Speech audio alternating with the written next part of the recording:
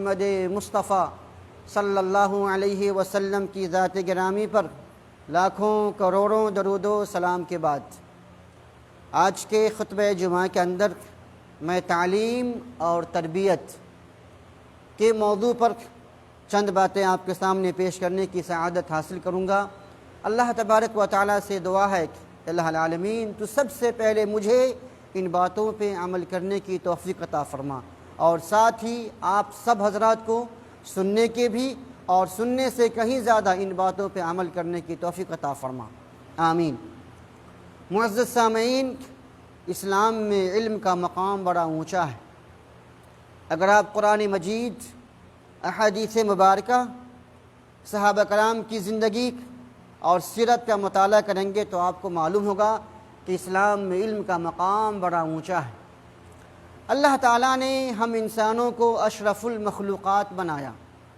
اشرف المخلوقات کا مطلب ہے کہ دنیا میں جتنی مخلوق ہے، جتنی چیزیں ہیں، تمام چیزوں میں، تمام مخلوق میں، تمام سرشٹی میں سب سے افضل، سب سے اتم ہم انسانوں کو بنایا۔ اللہ تعالیٰ فرماتا ہے وَلَقَدْ كَرَّمْنَا بَنِي آدم، کہ ہم نے بنی آدم کو یعنی انسانوں کو مکرم بنایا، محترم بنایا۔ اللہ تعالیٰ نے ہمیں زبان اور بیان کی قوت دی۔ اللہ تعالیٰ نے ہمیں ایمان اور اسلام کے ذریعے عزت بخشی، اور ہاں علم کے ذریعے بڑا اونچا مقام دیا۔ اتنا اونچا مقام دیا کہ اللہ تعالیٰ نے علم کی وجہ سے فرشتوں کو حکم دیا کہ تم حضرت آدم کا سجدہ کرو۔ کیوں؟ وہ علم کا مقام تھا۔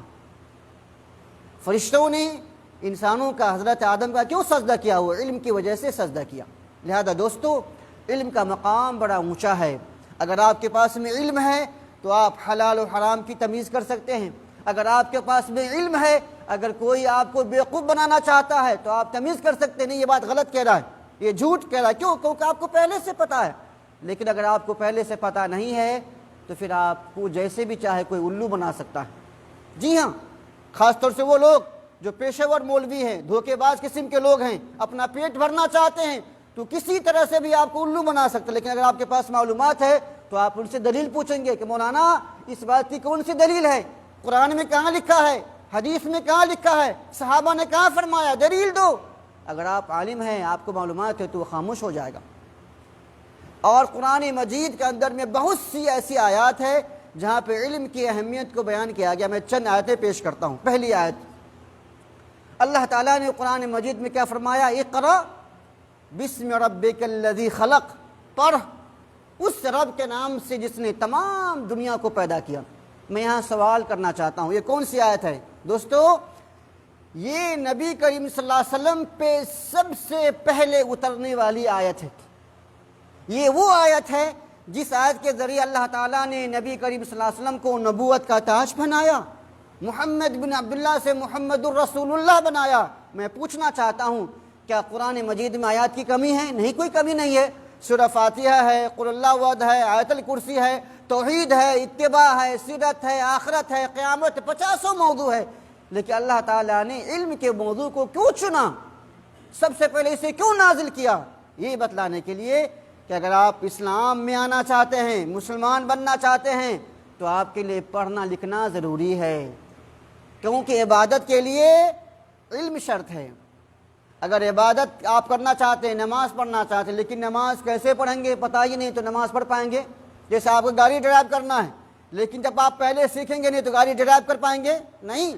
آپ کو بیماروں کا علاج کرنا ہے، لیکن آپ نے ڈاکٹری پڑھائی نہیں تو آپ علاج کر پائیں گے؟ نہیں۔ اس لیے دوستو، مسلمان بننے کے لیے ضروری ہے کہ انسان سب سے پہلے علم کو سیکھے۔ اگر آپ کے پاس میں علم ہے تو آپ دنیا کے اندر بھی آپ سب سے آگے جا سکتے ہیں۔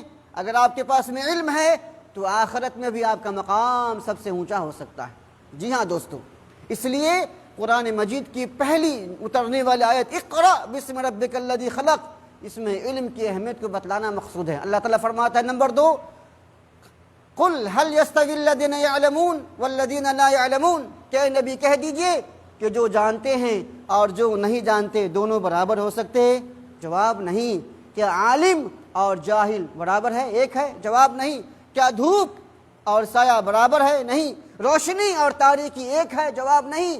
اسی طرح دوستو، جس کے پاس میں علم ہے اور جس کے پاس میں علم نہیں، دونوں برابر نہیں ہو سکتے۔ اللہ نمبر 3 اللہ فرماتا ہے انما یخشی اللہ من عبادہ العلماء، کہ دنیا میں جتنے لوگ ہیں اللہ تعالیٰ سے سب سے زیادہ ڈرنے والے کون لوگ ہیں؟ وہ علماء ہیں، کیونکہ ان کو پتہ ہے کہ حلال کیا ہے، حرام کیا ہے، جائز کیا ہے، ناجائز کیا ہے۔ اس سے سمجھ میں آتا ہے دوستو کہ اسلام میں علم کا مقام بہت اونچا ہے۔ اگر آپ کے پاس میں علم ہے تو آپ بڑا سے بڑا کام چھوٹے وقت میں کر سکتے ہیں، اگر علم نہیں ہے تو آپ چھوٹا سا کام دن بھر لگانا پڑے گا آپ کو۔ میں ایک مثال دیتا ہوں، قرآن مجید میں ملکہ بلقیس اور حضرت سلیمان علیہ السلام کا واقعہ بڑا مشہور ہے۔ سلیمان علیہ السلام نے کہا کہ کون ہے وہ شخص جو ملکہ بلقیس کا جو عرش ہے، جس پہ راجہ مہاراجہ بیٹھتا ہے، تخت ہے، اس کا عرش اٹھا کے لے کے آئے، اس کا سنہاسن اٹھا کے لے کے آئے۔ تو کچھ لوگوں نے کیا کہا کہ ہم 2 منٹ میں لا دیں گے، کسی نے کہا ہم 1 منٹ میں لا دیں گے۔ اس میں لکھا ہوا قرآن شریف میں قال الذی عنده علم من الکتاب، جس کے پاس میں علم تھا اس نے کہا انا آتیک بہ قبل ان یرتد الیک طرفک، آپ کے پلک جھپکنے سے پہلے میں حاضر کر دوں گا۔ اور اس نے ایسا کر دکھایا، جبکہ بہت دور کا فاصلہ تھا، اتنا دور جانا، ان کے تخت کو اٹھانا اور لا کر کے سلیمان علیہ السلام کے قدموں میں حاضر کر دینا بہت لمبا چوڑا کام تھا، لیکن اس کے پاس میں معلومات تھی، وہ پلک جھپکنے کے برابر میں کر دیا۔ اس سے کیا سمجھ میں آتا ہے کہ اگر آپ کو کسی فن کا معلومات ہے، کسی فن کی علم ہے، تو آپ اسے آسانی سے کم وقت میں کر سکتے ہیں۔ اور نبی صلی اللہ علیہ وسلم فرماتے ہیں طلب العلم فریضۃ علی کل مسلم، کہ ہر مسلمان پہ علم دین کا سیکھنا فرض ہے، لازم ہے۔ نبی صلی اللہ علیہ وسلم فرماتے ہیں خیرکم من تعلم القرآن وعلمہ، کہ تم میں سب سے بہتر شخص وہ ہے جو قرآن مجید کو سیکھتا اور سکھلاتا۔ اس طرح کی بہت سی آیات ہے دوستو۔ تو علم کی اہمیت میں آپ کو سمجھنا ہے کہ علم کا مقام بڑا اونچا ہے۔ اگر ہم نے علم نہیں حاصل کیا تو ہمیں اپنے بچوں کو سکھانا ہے، اپنے بھائیوں کو پڑھانا ہے، بہنوں کو پڑھانا ہے۔ اگر آپ کے پاس میں علم ہے تو آپ دنیا کے اندر بھی اچھی روزی روٹی کما سکتے ہیں، اچھے عہدوں پر فائز ہو سکتے ہیں، اور آپ روشنی میں پروف کے ساتھ، دلیل کے ساتھ اللہ تبارک و تعالیٰ کی عبادت کر سکتے ہیں۔ لیکن یہاں پہ ایک سوال ہے، کیا علم سیکھنے کا مطلب صرف دنیاوی، صرف اللہ کا علم ہے؟ تو جواب نہیں۔ ہاں، اس میں کوئی شک نہیں ہے کہ سب سے پہلے قرآن کے علم کو مقدم کرنا ہے۔ اللہ کے بارے میں معلومات، نبی کے بارے میں معلومات، دین کے بارے میں معلومات، حلال و حرام کے بارے میں معلومات، اس کو مقدم کرنا ہے۔ اور اس کے ساتھ ساتھ اگر آپ دنیاوی علوم کو سیکھنا چاہتے ہیں تو وہ بھی ضروری ہے، جیسے انجینئرنگ کے بارے میں، کیا کہتے ہیں، اسلحہ بازی کے بارے میں، ایٹمی پاور کے بارے میں، قوت کے بارے میں، جنگ کے بارے میں، یہ بھی ایک علم ہے۔ سائنس کے بارے میں، ٹیکنالوجی کے بارے میں، یہ بھی علم ہے۔ آپ ان چیزوں کو بھی سیکھیں۔ بلکہ مسلمانوں میں چاہیے کہ کچھ لوگ علم دین کی طرف جائیں اور کچھ لوگ علم دنیا کی طرف جائیں، لیکن جو علم دنیا کی طرف جائیں ان کو یہ بھی چاہیے کہ دنیا کی طرف جانے سے پہلے علم دین کو سیکھیں۔ خاص طور سے دوستو آج جہاں بھی مسلمان اقلیت میں ہیں، آپ دیکھیں وہ پریشان ہیں، وہاں کے غیر مسلمین، وہاں کے کفار مسلمانوں کو تنگ کرتا ہے، دوہرا سلوک کرتا ہے۔ تو اگر آپ کے پاس میں علم نہیں ہے، نالج نہیں ہے، تو آپ نہ گھر کے رہیں گے نہ گھاٹ کے۔ اس لیے دنیاوی علوم کے ساتھ ساتھ، اسلام کی تعلیمات کے ساتھ ساتھ، حلال و حرام کی تعلیمات کے ساتھ ساتھ دنیاوی علوم کا سیکھنا بھی مسلمانوں کے لیے ضروری ہے۔ اور جو حدیث میں ہے کہ جب انسان مر جاتا ہے تو انسانوں کے عمل کا دروازہ بند ہو جاتا ہے، لیکن 3 کام ایسے ہیں جو مرنے کے بعد بھی مردے کو ثواب ملتا ہے۔ اس میں سے کیا ہے؟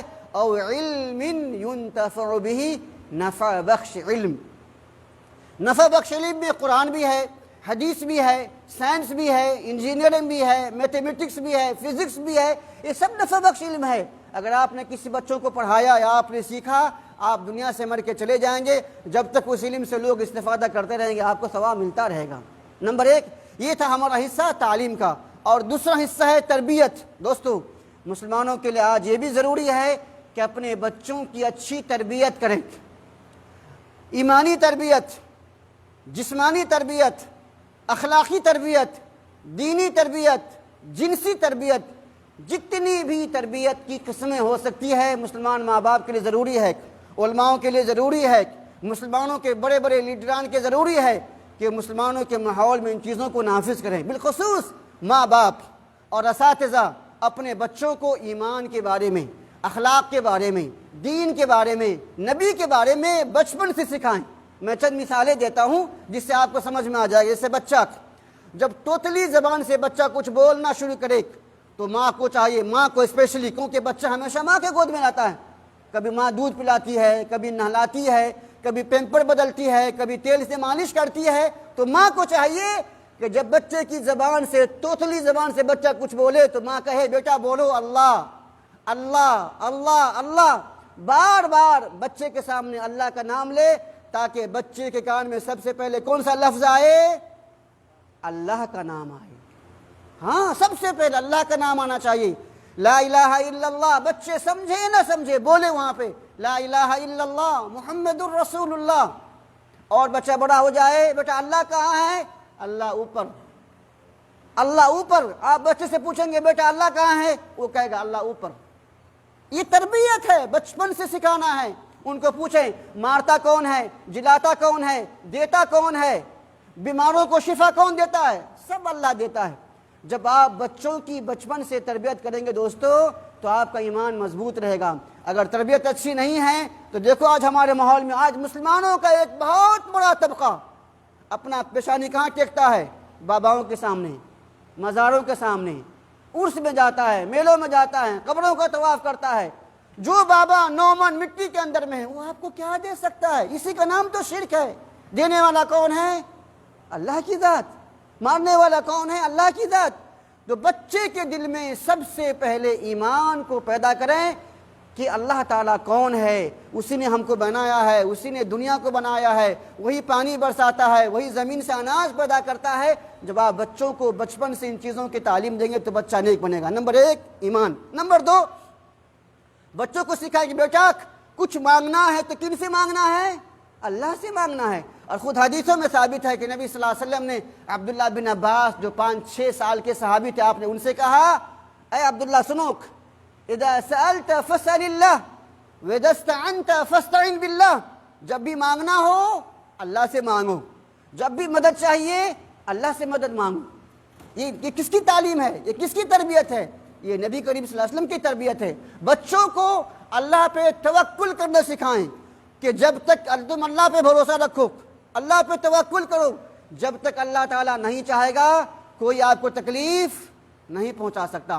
نبی صلی اللہ علیہ وسلم فرماتے ہیں عبداللہ بن عباس سے وَعْلَمْ أَنَّ الْأُمَّةَ لَوْ اجْتَمَعَتْ عَلَىٰ أَن يَضُرُّوكَ بِشَيْءٍ لَمْ يَضُرُّوكَ بِشَيْءٍ إِلَّا قَدْ كَتَبَهُ اللَّهُ عَلَيْكَ۔ کہ عبداللہ سنو، پوری دنیا والے ایک طرف ہو جائیں اور وہ سب مل کے تمہیں مارنا چاہیں، قسم اللہ کی جب تک اللہ کی مرضی نہیں ہوگی وہ آپ کا ایک بال بھی بیکار نہیں کر سکتا۔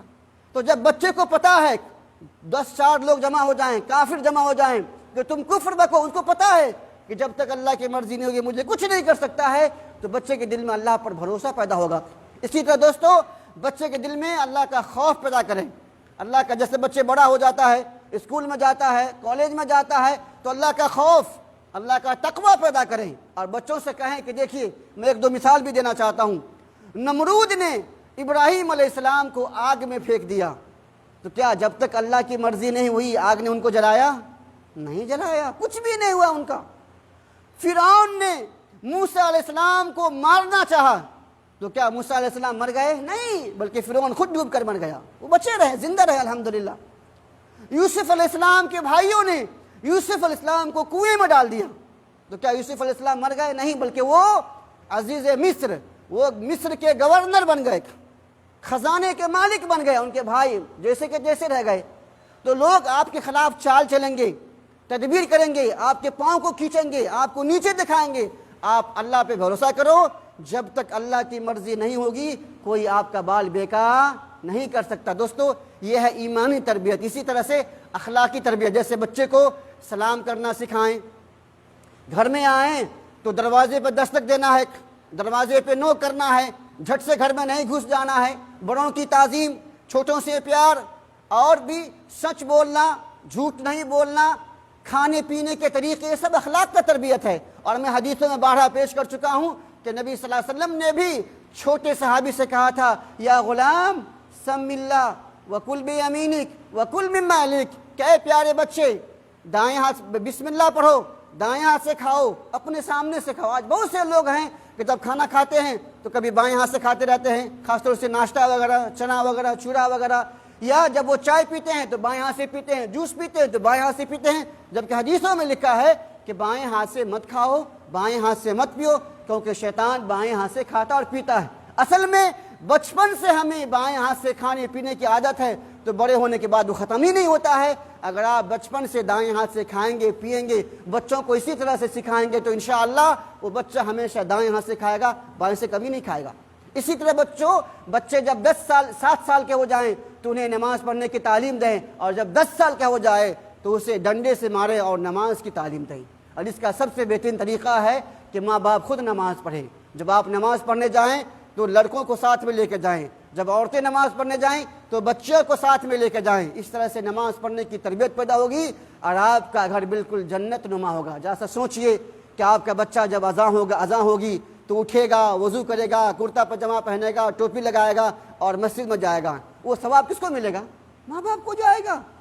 آپ کے گھر میں برکت ہوگی، فجر کی نماز پڑھیں، قرآن مجید کی تلاوت کریں، اللہ تعالیٰ سے دعا کریں، تو یہ ثواب کس کو ملے گا؟ ماں باپ کو جائے گا دوستو۔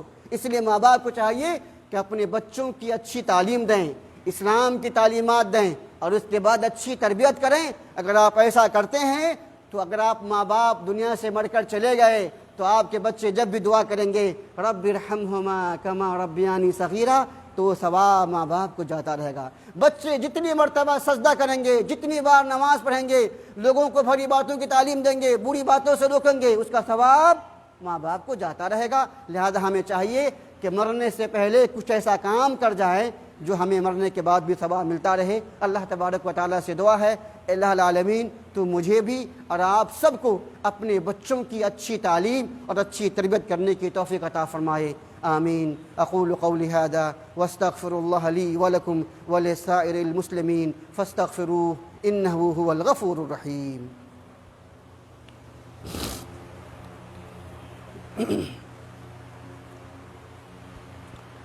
الحمد لله وحده والصلاة والسلام على من لا نبي بعده وعلى آله وصحبه أجمعين، أما بعد، إن الله وملائكته يصلون على النبي يا أيها الذين آمنوا صلوا عليه وسلموا تسليما، اللهم صل على محمد وعلى آل محمد كما صليت على